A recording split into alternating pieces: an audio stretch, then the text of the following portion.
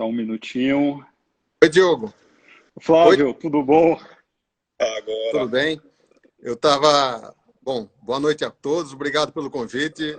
Aqui um pequeno problema tecnológico. Eu estava tentando entrar no computador, mas o computador não deu, mas deu aqui pelo smartphone. Vamos lá. Muito Maravilha. convite, foi uma grande alegria. Flávio, tudo bom? Tudo bem? Eu estava... Bom, boa noite a todos. Obrigado pelo convite. Aqui um pequeno problema tecnológico. Eu estava tentando entrar no computador, mas... Flávio, a gente que agradece. Muito obrigado pela participação, por poder estar aqui com a gente hoje. É um prazer enorme para mim, para toda a Act, para toda a empresa, para quem está nos ouvindo, com certeza. E seja muito bem-vindo. A ideia de bate-papo. Grande honra. É uma das coisas, um dos legados aí desse terremoto, desse período difícil, são esses vínculos digitais que se abrem, se alagam, né? Acho que daqui para frente a gente viu como era inútil você ter uma sede de 1.000 pessoas ao mesmo tempo, simultaneamente, congestionando os transportes públicos e tudo mais. Então, acho que a habilidade que a gente ganha aí com o Zoom e outros canais, Instagram, para fazer não presencialmente essas reuniões é um legado que vai ficar para o pós-Covid. Verdade, verdade. Inclusive com ganho de eficiência, né, em muitos casos, de logística, de tempo. Perfeito. Flávio, eu acho assim que, na verdade, dispensa apresentações, né, mas só para cumprir aqui o protocolo, né, eu acho que todo mundo te conhece bem. Quem não conhece o Flávio, conhece a obra do Flávio, né, mas para cumprir aqui o protocolo e já te apresentando, para a gente começar aqui esse bate-papo, né, Flávio Rocha é presidente do conselho da Guararapes, controladora da Riachuelo, maior grupo empresarial de moda do país, né, assim, apenas alguns destaques, mais de 40 mil colaboradores, 15º maior empregador do país, mais de um número que nos impressiona muito também, mais de 30 milhões de cartões de crédito, é o maior emissor de cartão de crédito private label do país, fundador do Movimento Brasil 200, né? Então, Fábio, seja bem-vindo mais uma vez. Mais uma vez eu agradeço a presença de todos também. E já começando, Fábio, já fazendo aqui, eu acho que não podia ser diferente, né? A gente não tem como não falar um pouco aí, se você puder passar sua visão, um pouco dessa crise atual que a gente está vivendo, e também, assim, sua leitura daqui para frente, tá? Tanto a leitura do momento atual, quanto a leitura daqui para frente, se você já enxerga o pós-crise. Bom, Diogo, como você falou preliminarmente, aí a nossa empresa, dando um resumo rapidamente de 72 anos de história, né? Sou a segunda geração e já agora no conselho, depois de ter sido CEO da empresa durante 15 anos, depois de ter trabalhado, como continuo trabalhando, mais de 40 anos na empresa. Eu sei que muitos que estão nos ouvindo estão aí, são do seu ciclo aí da Bahia, né? A Bahia que nos acolhe há pelo menos 3 décadas, já tem uma presença bastante enraizada em toda a Bahia, como nos 27 estados da federação.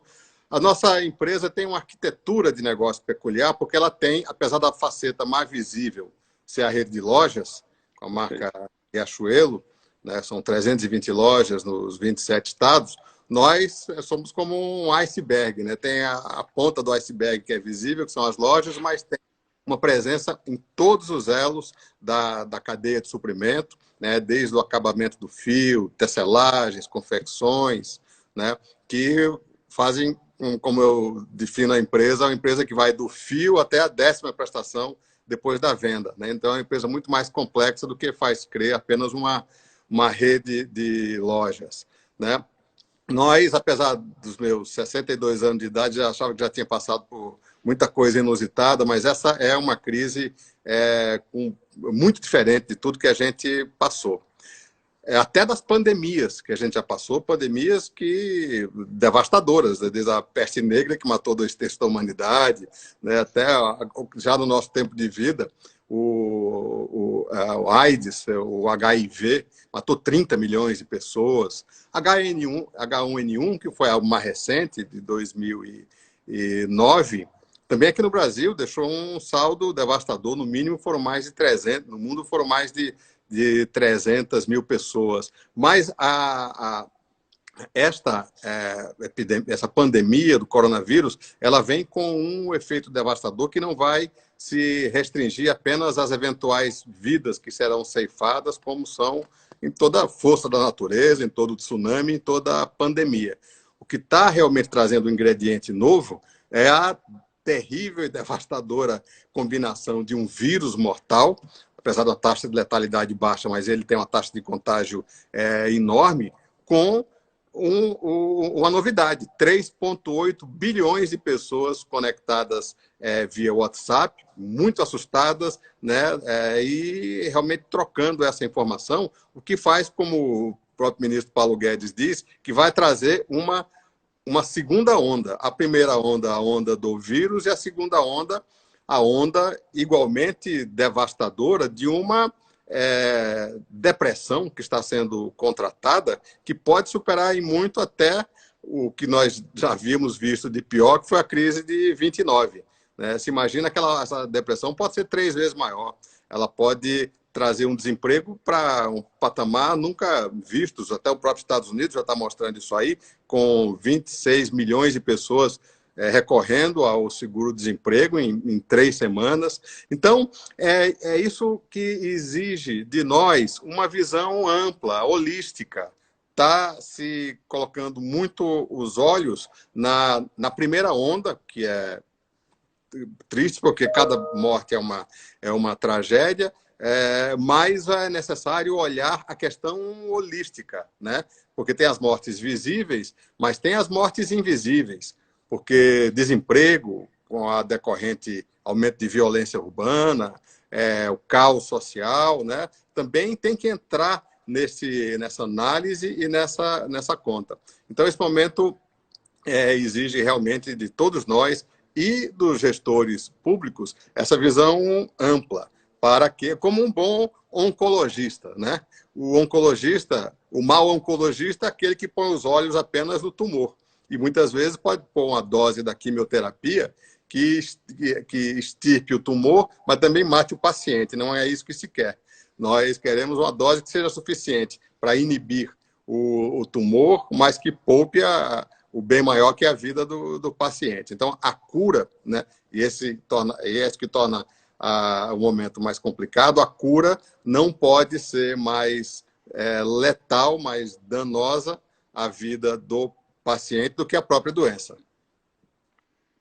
Perfeito, Flávio. E assim, a ideia é que essa segunda onda, né, não se transforme no tsunami. Eu acho que como justamente minimizar ou impedir que ocorra essa segunda onda, né? Perfeito.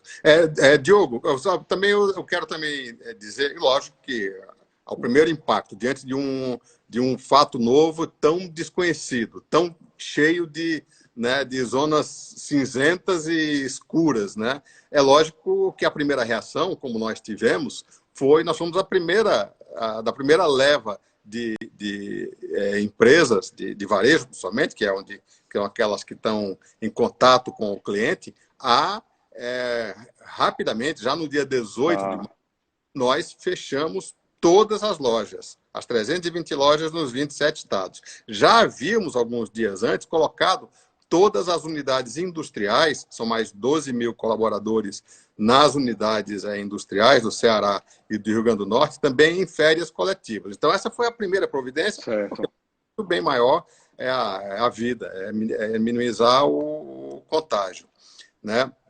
E também agora estou saindo aqui de um call que aconteceu há algumas horas aqui no IDV, onde estamos em conjunto, os grandes varejistas do Brasil, né, colocando em prática. Esse foi o primeiro fim de semana onde tivemos de forma muito laboratorial, experimental, abrindo as primeiras lojas, mais para testar o protocolos, né? Porque agora a operação de loja nunca mais será a mesma, né? Terão, eu acho que outro fator saudável são os novos hábitos de higiene, do álcool gel, a generalização do uso da máscara de proteção. Então, agora nós tivemos um longo call no IDV, onde analisávamos aí as primeiras aberturas de lojas. No nosso caso, isso equivale a pouco mais, em torno de 3% das nossas vendas.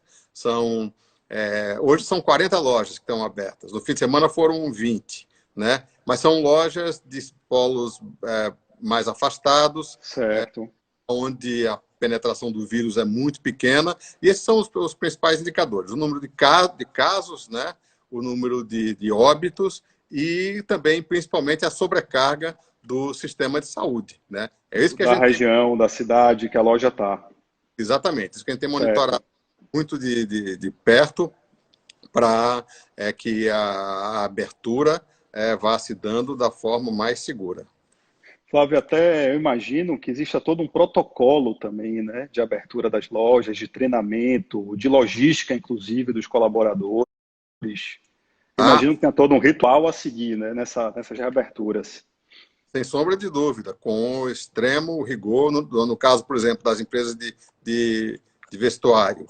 Nós, entre as cinco, nós também, dentro do IDV, tratamos das especificidades de cada setor, usando, inclusive, a experiência já acumulada das redes de farmácia e das redes de supermercado, que Perfeito. permaneceram abertos durante todo esse período, né? E também já acumularam alguma experiência, estão compartilhando essa experiência com toda a rede. Hoje, por exemplo, participou da nossa reunião e trouxe para colaborar com todo o IDV o Frederico Trajano, CEO, meu querido amigo e CEO do Magazine Luiza, que fez um trabalho de geolocalização junto com o Google extremamente interessante, aonde se estabeleceu um critério de cidades e de mercados com menor risco, médio risco e maior risco, tendo em vista exatamente essas principais variáveis: a taxa de ocupação, a taxa de óbitos, de casos e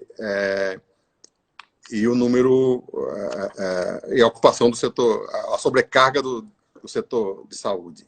Perfeito. Flávio, aí, até voltando um pouco, né, você comentou aí um pouco do que a Riachuelo fez, do que o grupo como um todo fez desde o início. Houve demissões durante esse... Não houve, Diogo. Nós somos, inclusive, Excelente. do movimento, porque é lógico que nem todas as empresas vão poder fazer isso, porque o compromisso da sobrevida da empresa é muito importante também. Mas nós, graças a Deus, graças à nossa sólida posição de caixa, eu acho que um fator de sorte, essa crise nos pegou num momento muito favorável de caixa, o que é muito importante, porque uma empresa como a nossa é mais um ecossistema do que uma empresa. Existem milhares de fornecedores, de oficinas de costura. Isso é uma característica do varejo têxtil, né? Uma grande varejista de têxtil é realmente um ecossistema, né? Que abriga, né, todas essas pequenas unidades, empresas com menor grau de fragilidade, e tem o compromisso de irrigar, né, todo esse ecossistema. Bacana, Flávio. Excelente notícia. Só voltando à questão do emprego. Nós não demitimos, né? Mantemos aí como você disse, como você falou na abertura, a condição de 15º maior empregador. São 40 mil colaboradores em todos os elos da cadeia produtiva, no varejo, na relevante operação financeira. E o nosso compromisso é de atravessar essa tempestade de mãos dadas com o nosso ativo mais precioso, que é o nosso gigantesco estoque de talentos e de pessoas dedicadas, abnegadas, que fazem a nossa empresa. Bacana, Flávio. Excelente notícia. Muito bom ouvir isso. Assim, até porque demissões, né, só faz reforçar de forma negativa a falta, a diminuição no consumo, a diminuição no volume de negócios, enfim, faz com que a economia gire cada vez menos, né? Então tem uma força ali negativa muito grande, né? O desemprego, além de tudo, extingue consumidores, né? E gera mais desemprego. Então, do tiro no pé, né? Porque você é, permite justamente aqueles consumidores potenciais de outras redes,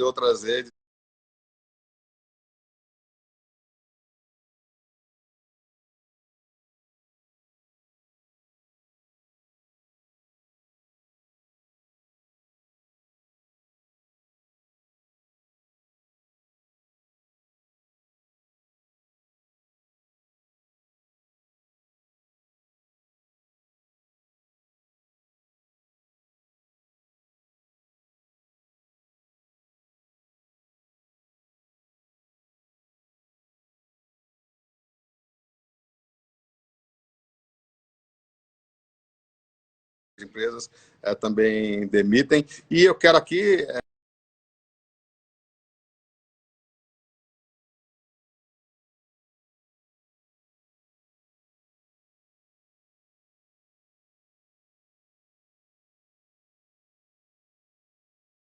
a ser comemorado, né? Porque foi um pouco mais de 1% de aumento de desemprego numa crise, né, terrível, que na maior nação do mundo trouxe 20 pontos percentuais a mais de desemprego. Então temos que comemorar, e realmente esse foi um instrumento, talvez sem o qual muitas empresas não conseguissem manter o seu quadro funcional.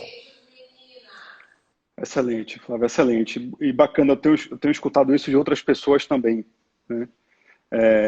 Flávio, a gente aqui na ACT gosta muito do tema cultura empresarial, né? E aí você falando um pouco sobre me lembrou um pouco disso, tá? E eu imagino, né, que vocês também, por terem mais de 70 anos de história, de muito sucesso, eu imagino que esse tema de cultura empresarial, de valores também, eu suponho, também seja relevante para vocês, né? Verdade? Qual a importância dessa cultura? Que cultura é essa e quais valores? Sem dúvida, Diogo. Se cultura já é uma coisa absolutamente importante, necessária para manter a unidade e a convergência de esforços e de talentos na empresa, na nossa mais ainda, porque a nossa empresa é extremamente diversificada, é uma empresa feita por desde tecelãos, costureiras, motoristas de caminhão, operadores de call center, operadores de caixa, vendedores, operadores de CD. Realmente uma diversidade de talentos muito grande que você encontra desde o fio até a 10ª prestação, passando por todos os elos da cadeia produtiva. Então, esse farol é um propósito muito claro que nos tira da cama de manhã, que une a todos esse estoque tão diversificado de talentos. Esse propósito é transformar uma coisa simples, mas acessível e que tem um poder enorme de transformar a vida das pessoas, que é a moda.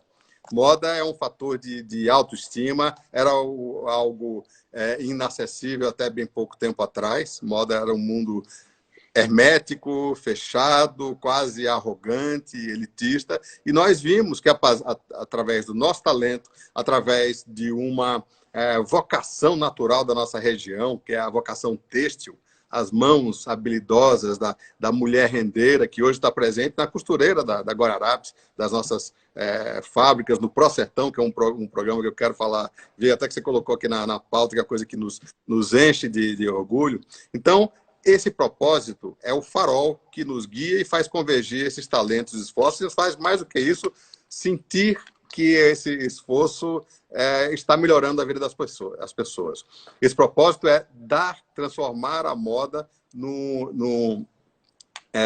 democratizar a moda, dar acesso, fazer com que a moda deixe de ser algo inacessível, longínquo, e passe efetivamente a ficar a vida, a autoestima, a felicidade de um número muito maior de pessoas. E só uma empresa como a nossa realmente consegue colocar esse sonho no bolso de milhões e milhões de brasileiros, efetivamente. E essa é uma conquista realmente dos últimos, talvez dos últimos 10 ou 15 anos. A moda, realmente, muitas pessoas que tinham que se contentar apenas em cobrir o corpo, em evitar a nudez, hoje elas conseguem se expressar através dessa coisa maravilhosa que é a moda. Muito bacana, Flávio, muito bacana. Flávio, assim, a gente tem visto, né, muitas empresas nesse momento avançando de forma ágil, tanto na parte do e-commerce, de novas tecnologias, não apenas mudanças, mas em alguns casos até conquistas, né, coisas que estão sendo conquistadas de forma muito mais ágil do que o planejamento inicial, inclusive pré-crise. Eu escutei você recentemente falar um pouco que é um grande entusiasta de tecnologia, né, que a empresa investe muito nisso. Então, se você puder falar assim, o que é que o grupo tem feito nesse ambiente de e-commerce e também de tecnologia como um todo. Ah, sem dúvida, Diego. Realmente há já bastante tempo que a gente não se enxerga, nós não nos enxergamos apenas como um varejo de moda. Nós queremos ser, e já vimos, e realmente esse terremoto acelerou nossos passos e tem realmente conseguido, bom, parafraseando o Juscelino, que falava de 50 anos em 5 anos, nós falamos aqui em 5 anos de inclusão digital em 5 semanas. Exatamente isso que está acontecendo. Nossa área de TI conseguiu algo impensável de colocar 97% da nossa folha de pagamento em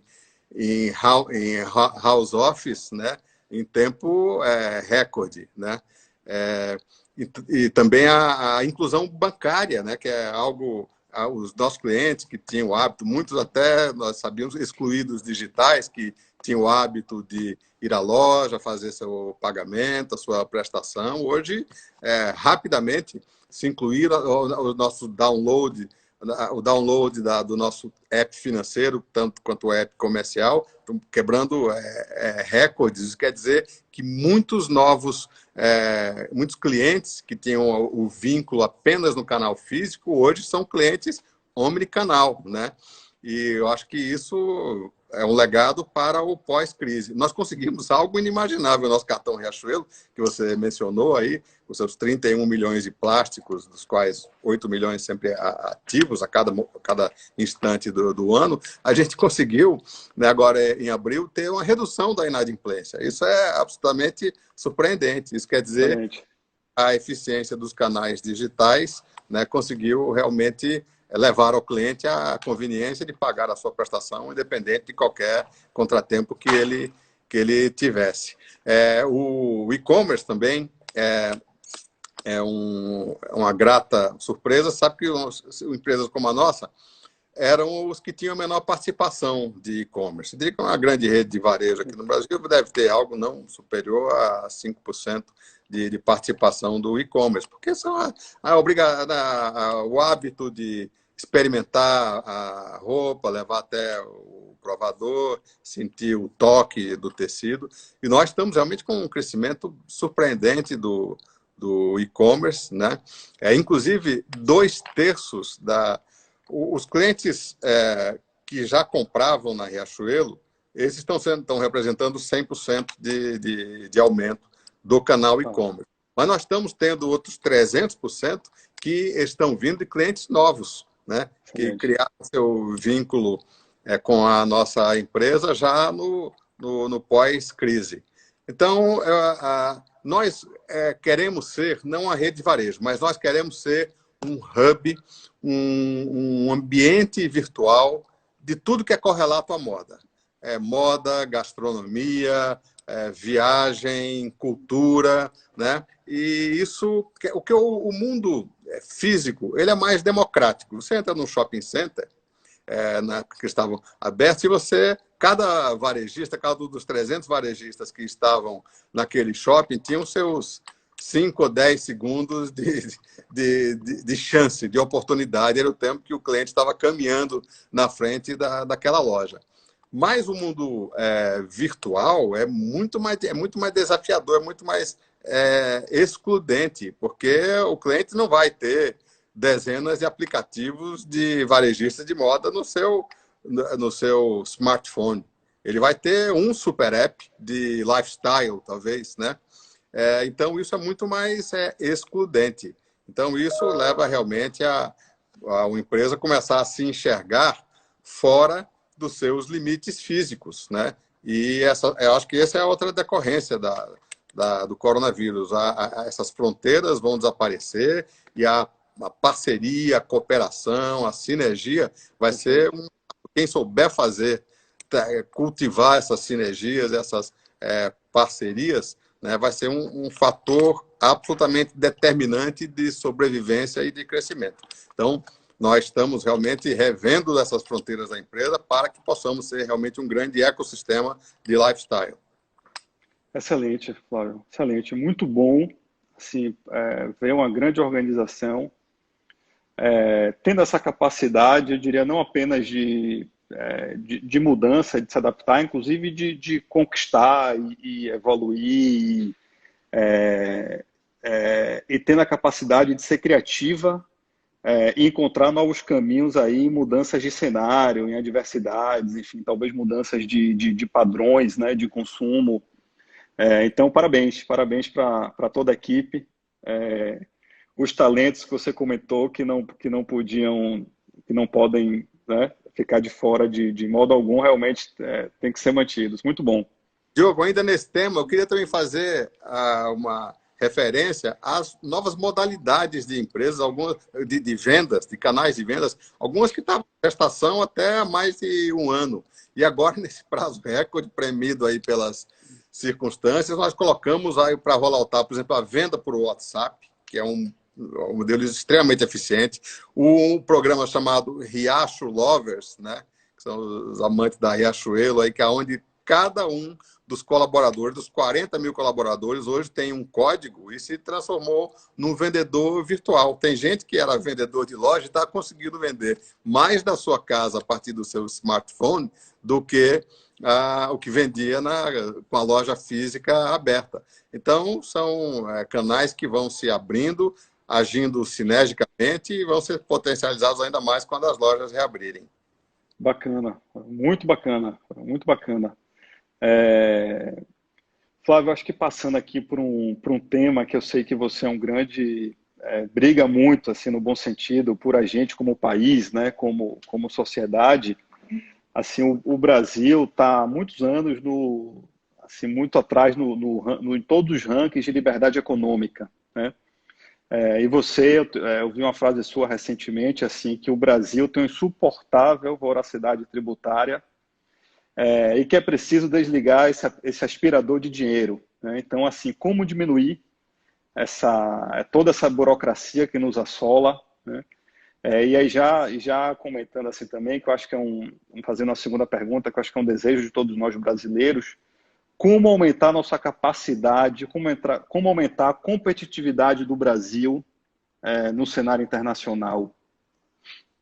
Eu acho que a resposta já estava aí nas suas primeiras palavras. É um grande desafio, mas eu noto a sensibilidade a esse assunto é extremamente aguçada, o que é muito bom, né? Não adianta você ficar jogando dinheiro de helicóptero, sem encharcar de liquidez, se o terreno... Não adianta jogar sementes de boa qualidade num terreno árido, num terreno esturricado, né? Que não é fértil. Se você diminuir a proverbial hostilidade do Brasil ao ambiente de negócios, confirmado, para nossa tristeza, em todos os rankings de competitividade. Desde o Banco Mundial, Doing Business, Heritage Foundation, sempre o Brasil lá naquele pelotão dos 10% piores, ao lado de países como Coreia do Norte, Venezuela, né, os países mais... Cuba, os países mais hostis a quem empreende, a quem gera empregos. Eu acho que o que é fundamental, e nós estamos vendo nossos homens públicos, para nossa alegria, muito focados nesse assunto, né?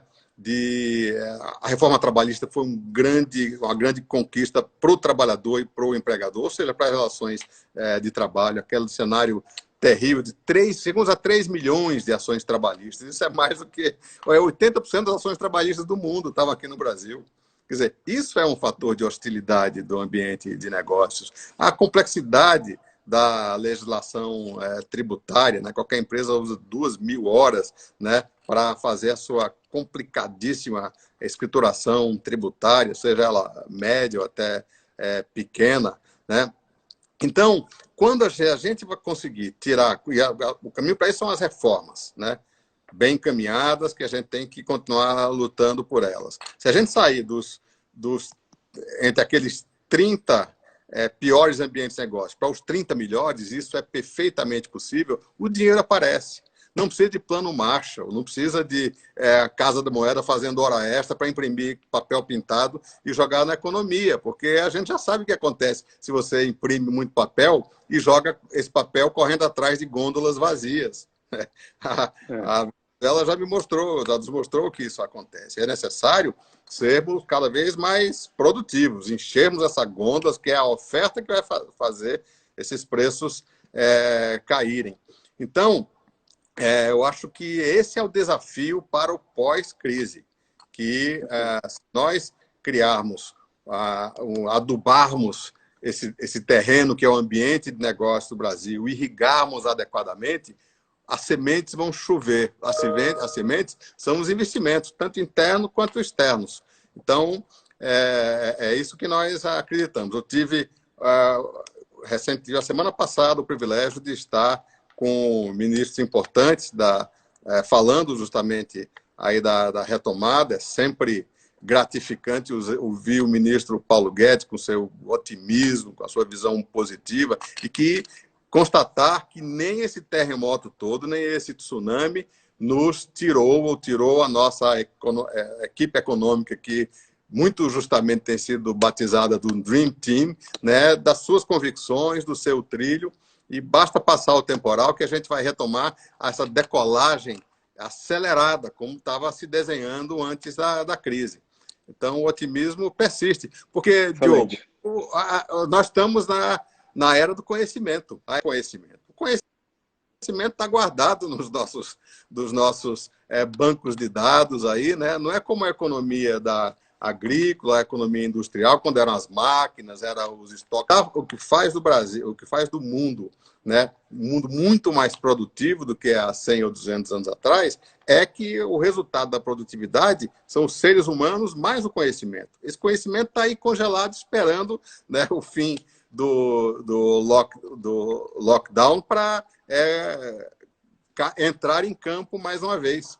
Então, é como, mais uma vez, usando aquelas palavras do ministro Paulo Guedes, é um urso que está hibernando, né? E quando passa aquele período de hibernação, ele volta para reencontrar a vida com energia e disposto a trabalhar. Então, eu acho que, graças a Deus, essa retirada da economia da tomada está se dando no momento onde a grande riqueza é o conhecimento. Que o conhecimento não se evapora, não se dissipa, não apodrece, ele está aí esperando para entrar em campo de novo. Excelente, Flávio. Até porque eu acho que essa é a grande preocupação, é uma preocupação grande de todos nós brasileiros, né? Assim, como vai ser o pós-crise. Então, muito bom ouvir isso. Tá? Flávio, então, excelente. Assim, eu acho que é perfeito. Assim, só ressaltando, né, tá realmente com o solo, né, preparado. O brasileiro é empreendedor por natureza, né, gosta de trabalhar. Então, tá com o solo preparado para que a gente tenha essa retomada aí o quanto antes. Eu não tenho dúvida. O brasileiro é empreendedor por vocação, está no DNA. O show que administradores brasileiros dão aí no mundo todo, né? O que a gente precisa é mais fácil, é adubar este terreno, esse ambiente de negócio, retirar aí as armadilhas, esse asfixiante cerco burocrático, né?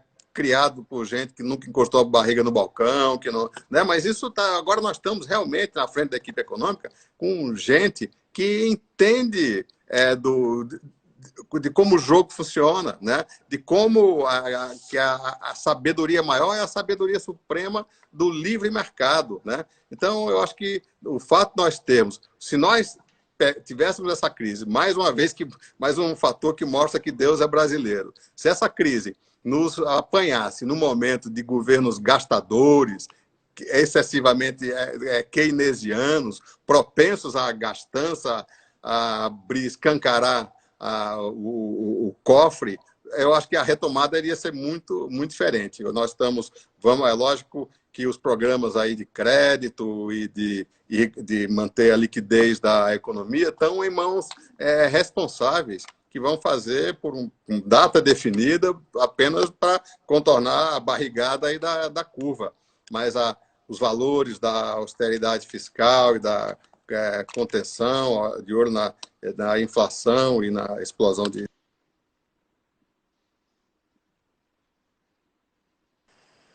Excelente. Flávio, assim, mudando um pouco aqui do tema, né, a gente tem visto, tem acompanhado, né, alguns projetos sociais de vocês, né, coisas super bacanas. Então, acho que se você puder comentar um pouco mais, assim, para quem não conhece, vou te pedir uma gentileza também, se puder falar um pouco do projeto Pro Sertão, que eu tive a oportunidade de conhecer há uns anos atrás, numa palestra sua. E recentemente, inclusive, né, assim, você comentou que tem aqui como algumas semanas atrás teve inclusive uma live aqui com um grande cantor baiano, né, a referência nacional, patrocinada pela Riachuelo, com um fim social bacana também, fez uma arrecadação grande, né, na live de Belmarx. Então, se você puder falar um pouco desses projetos sociais que vocês estão tendo e um pouco do projeto Pro Sertão. Perfeito, Diogo. Bom, nós temos o privilégio de ter, eu falei um pouco aqui do nosso propósito, olhando para a ponta do balcão, do consumo, da relação com o consumidor, como melhorar a vida do consumidor. Mas, graças a Deus, nós viemos de uma região que tem uma forte e evidente vocação têxtil, como aqui me referi, né? E isso se a gente consegue juntar essa ponta do propósito de democratizar a moda com a ponta de gerar emprego, né? Gerar riqueza e manter uma atividade econômica sustentável. Em 2008, eu fiz uma viagem, isso era o auge da crise, né? Do Lehman Brothers, e eu estive lá numa região muito parecida com a nossa região do Nordeste, né? Era o noroeste da Espanha, a Galícia. É a base de uma empresa muito inspiradora, que é a Inditex, a Zara. E lá eu vi um modelo que faz todo sentido, é a descentralização da costura, né? A costura no nosso setor, ela tem uma peculiaridade muito interessante. Primeiro, que ela exige baixo investimento. E segundo, que lá que são gerados a maior parte dos empregos, né? Com 5% do investimento de toda a cadeia têxtil, você consegue gerar 80% dos empregos. E a costura, ela não depende de escala, ela não depende de grandes unidades para ser eficiente. Ela não precisa, como uma grande tinturaria, ou uma grande tecelagem, uma grande fiação. Sempre a eficiência é diretamente proporcional ao tamanho da unidade. A costura é o contrário, né? O auge, a eficiência máxima você consegue, não em fábricas gigantes, mas em unidades de 50, 100 funcionários, você tem o tamanho ideal de eficiência. Então, a gente começou um programa que, a princípio, eu chamei de Galícia Nordestina, mas acabou virando o Pro Sertão, que são... a gente manteve as atividades que são capital intensiva, que são a fiação, tecelagem, tinturaria, o corte, estamparia, né, concentradas em grandes unidades. Mas a costura a gente descentraliza, levando muitas vezes a cidades de 5 a 10 mil habitantes, que muitas vezes nunca tinham visto uma carteira de trabalho assinada, né? Então, se é uma oficina de 50, 100 unidades, chegando nessa... funciona. Primeiro, gera logo o pleno emprego na cidade. E gera um efeito dominó de coisas boas, de atividade econômica. Você vê a rua do comércio, às vezes decadente, né? Você, em 6 meses depois de inaugurada a primeira oficina, você vê a pequena venda lá se transformar num mini supermercado, aparecer uma oficina de motocicleta, as motocicletas começam a circular em maior número dentro, ou seja, toda uma atividade, né, que desabrocha, né? Então, esse programa nos entusiasma muito pela sua capilaridade, né? E como você consegue dar um startup de atividade econômica em cidades que estavam completamente fora do processo produtivo, vivendo muitas vezes apenas dos planos assistenciais, do Bolsa Família e tal, e você nota a inserção dessas pessoas na atividade econômica. E agora, né, quando com todo mundo vai ter que repensar as cadeias produtivas que estavam demasiadamente espalhadas, né? Um vidrinho de Nutella dava 2 voltas em torno do mundo, era o óleo de palma que vinha da Indonésia, o cacau vinha não sei da onde, então da Bahia. E agora eu acho que vai ser um grande fator de produtividade, de eficiência, você ter uma cadeia produtiva mais ao alcance dos seus olhos, principalmente em moda, onde o lead time é um fator muito importante, né? A moda são produtos perecíveis, né? E quando você consegue encurtar esse lead time, né, isso vai ser um fator que vai trazer grande competitividade à nossa produção doméstica. Isso é uma oportunidade para a nossa empresa, porque a nossa empresa a que tem menor dependência internacional entre os players. Então, nós estamos de olho aí nesse programa do ProSertão, que já era a nossa menina dos olhos, para deslanchá-lo e fazer com que ele conquiste uma parcela mais representativa do nosso universo. Excelente, Flávio. Até eu acho que essa crise, né, é o tipo de crise que, inclusive, mostra a importância da gente repensar a nossa cadeia de suprimentos do ponto de vista assim, até de segurança nacional, enfim, de geração de emprego, ter de fato uma cadeia de suprimentos mais próxima de casa, vamos dizer assim, ou dentro de casa, se possível, né? Enfim, além de trazer outros benefícios também para o país, né? Flávio, e tentando sair um pouco aqui da esfera de empresarial, assim, durante toda essa crise, você pessoalmente desenvolveu alguma... O que é que você aprendeu assim nessas últimas semanas? Eu sei que muitas vezes a gente aumentou, né, a carga de trabalho e não diminuiu, né? Começa mais cedo, termina mais tarde. Mas assim, o que é que te fez pessoalmente assim? O que é que você acha que trouxe de aprendizado? Olha, Diogo, você aprende. Eu acho que um aprendizado que a gente vai levar, não como empresa, nem como indivíduo, mas é a forma como reagir a forças da natureza, né? Nós, em outras pandemias, éramos mais humildes como humanidade e nos resignávamos a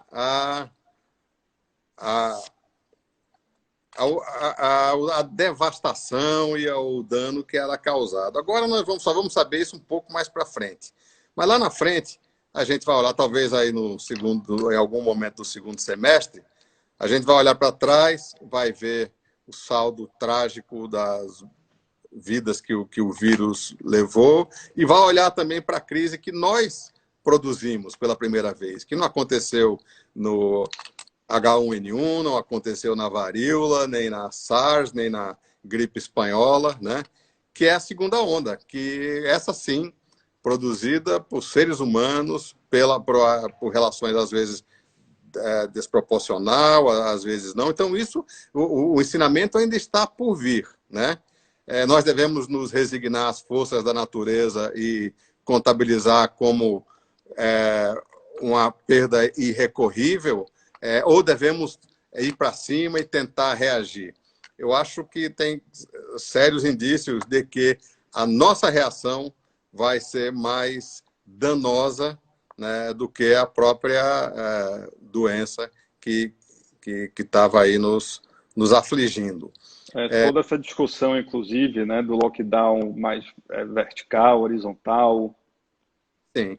Pois eu acho que a humanidade não é esta como a gente, até os meios de comunicação nos fazem crer. A humanidade não se divide entre as pessoas de bom coração que prezam a vida e as pessoas sem coração que pensam em economia. Não, não é nada disso. Eu acho que a questão é holística. Como falei no começo aqui, rapidamente, né?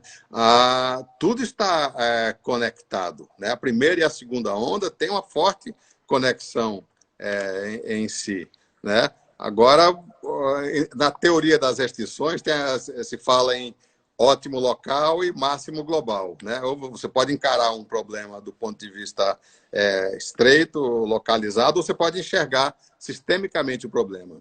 Eu acho que essa polarização a que nós estamos, que beira o absurdo, ela se deve justamente com relação a pessoas que têm, por formação profissional, intelectual, o hábito de olhar o problema pontualmente e aqueles que olham holisticamente. O empresário, por dever de ofício, ele olha tudo sistemicamente, né? Então, enquanto um especialista de medicina, ele, lógico, a tarefa dele é salvar vidas. Se você estiver olhando, se a pergunta for como minimizar mortes por coronavírus, a solução seria muito mais fácil. Não, tira a economia da tomada, né? Mas se você perguntar como salvar vidas, ponto, talvez ao tirar a economia da tomada, você esteja fazendo explodir a violência urbana, você esteja jogando pessoas no desespero, você esteja gerando 30%, 40% de desemprego. Qual o impacto de 30%, 40% de desemprego no SUS, né? Qual o impacto de 40 milhões sem plano de saúde, adicionalmente ao sistema estatal de saúde, né? Então, essas perguntas ainda a gente só vai saber no segundo semestre, né? Eu acho que esse vai ser o ensinamento que a gente vai tirar da crise, mas que a gente não tem esse aprendizado ainda agora, infelizmente. Verdade, verdade. Flávio, se você puder falar um pouco do projeto do Instituto, né, Brasil 200, e passar também, fica à vontade, se quiser passar algum recado final. Perfeito. O Brasil 200 foi uma iniciativa da qual o nosso queridíssimo amigo Marcelo Pessoa esteve desde o início e tem sido atuante no Brasil 200. Tem uma visão de cidadania empresarial, né? Nós acreditamos justamente por essa visão mais holística que a nossa profissão nos dá, a obrigação de sair um pouco mais da moita, não ficarmos restritos na zona de conforto, que são as quatro paredes da nossa empresa, e ter uma atuação mais ativa na discussão dos nossos problemas. O nome Brasil 200 se deve a uma questão que ainda agora as pessoas não estão lembrando, mas agora, daqui a 2 anos, nós vamos fazer 200 anos da nossa independência, né? E nós temos a obrigação de entregar um Brasil melhor, né? Um Brasil que seja um terreno mais fértil para se empreender, para gerar empregos. Isso está ao alcance da nossa mão. A primeira crença é que existiam muitos think tanks, né? Muitas instituições falando de ideias, muitas delas aí com a aspiração que nós acreditamos, que é a aspiração liberal na economia, mas é necessário olhar também de forma mais abrangente, porque a questão não é apenas econômica, é uma questão de valores também, dos alicerces da sociedade. Então, o Brasil 200 une efetivamente o que nós consideramos as boas ideias na questão da economia, que é um Estado voltado para servir e não esse Estado parasitário, o hipertrofiado, cheio de privilégios que a gente estava vendo, mas também a preservação dos alicerces, das colunas mestras, né, de uma sociedade saudável, que passam pela família, pelas instituições, pela democracia. Então, a gente viu que esse debate estava se dando em instantes diferentes e é necessário que essa luta seja cooperativa, né? Nós temos que lutar pela liberdade econômica, mas a liberdade econômica não existe se a gente não preservar os alicerces de uma sociedade saudável. Excelente, excelente. Flávio, eu vou te agradecer mais uma vez pela presença. Muito obrigado. Foi um prazer enorme para a gente. Agradecer a todos também que nos assistiram.